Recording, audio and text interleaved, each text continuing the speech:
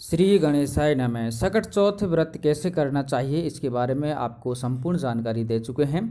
और सकट चौथ में जो चंद्र पूजन है उसको किस प्रकार किया जाता है ताकि हमारा व्रत है जो पूरी तरह सफल हो और सभी पुण्य हमें प्राप्त हो और सभी मनोकामनाएं हमारी पूरी हो, ये सारी जानकारी हम आपके लिए अपलोड कर चुके हैं धर्मशास्त्रों के अनुसार।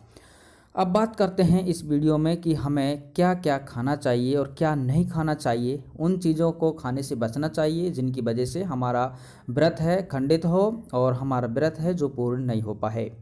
सबसे पहले हम बात करेंगे कब और क्या क्या खाना चाहिए, लेकिन ये सब जानकारी देने से पहले मैं आपसे एक निवेदन जरूर करता हूँ कि कमेंट बॉक्स को खाली ना छोड़ें। कमेंट बॉक्स में श्री गणेशाय नमः या भगवान श्री गणेश की जय जरूर लिखें ताकि आपकी सभी मनोकामनाएं पूर्ण हो।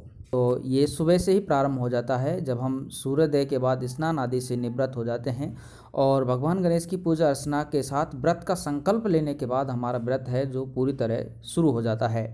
इसके बाद कुछ खाया पिया नहीं जाता है, लेकिन कुछ क्षेत्रों में मैं आपको बता रहा हूँ, कुछ क्षेत्रों में सायकाल यानी कि 3 बजे के बाद कुछ चाय पानी हो जाता है।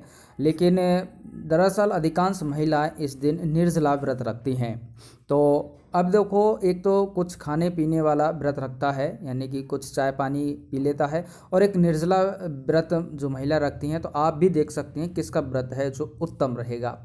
तो ये तो थी बात है कि जो कुछ महिला हैं शाम को कुछ चाय या पानी है जो पी लेती हैं, लेकिन अधिकांश महिलाएं हैं निर्जला व्रत ही रखती हैं। इस कारण सकट चौथ या तिल चौथ की व्रत की यदि हम बात करें तो इसमें पूरे दिन कुछ भी नहीं खाया पिया जाता है।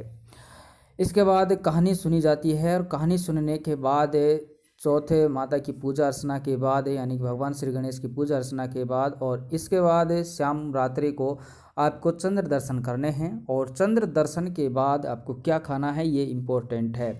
सबसे पहले मैं आपसे एक बात जरूर करूंगा कि चंद्र दर्शन के बाद या फिर इस सकट चौथ के व्रत पूरे दिन आपको अन्न बिल्कुल भी ग्रहण नहीं करना है। अन्न ग्रहण करने से आपका व्रत है जो खंडित हो जाएगा। अन्न का मतलब ये नहीं है कि आप चपाती खाएं, अन्न का मतलब है अन्न से बनी कोई वस्तुएं आप लोग नहीं खा सकते। सकट चौथ है और यदि हम बात करें तो ऐसा कहा जाता है कि चंद्र दर्शन के बाद कुछ फलाहार हम ग्रहण कर सकते हैं, दूध हम पी सकते हैं, लेकिन ये भी चंद्र दर्शन के बाद ही दूध और फलाहार ग्रहण किया जाता है। चंद्र दर्शन से पहले कुछ भी खाया पिया नहीं जाता है। यही होता है असली व्रत का नियम। तो बाकी आपकी आस्था पर निर्भर करता है। शास्त्रों के अनुसार जो जानकारी है, व्रत का मतलब ये होता है कि अपने जो उदर होता है, पेट होता है, उसमें अन्न नहीं रहना चाहिए। ये ही कहता है धर्मशास्त्र, और यहाँ पर जो भी जानकारी दी जाती है वो धर्मशास्त्रों के अनुसार ही दी जाती है। इसके अलावा मैं आपको बता रहा हूँ कि हम फलाहार ग्रहण कर सकते हैं, दूध पी सकते हैं, लेकिन जो अन्न है वो दूसरे दिन, जिसको अपन कहते हैं पारण लेना, वो दूसरे दिन है जो अन्न ग्रहण किया जाता है। यही व्रत का उत्तम नियम है जो आपको बताया गया है।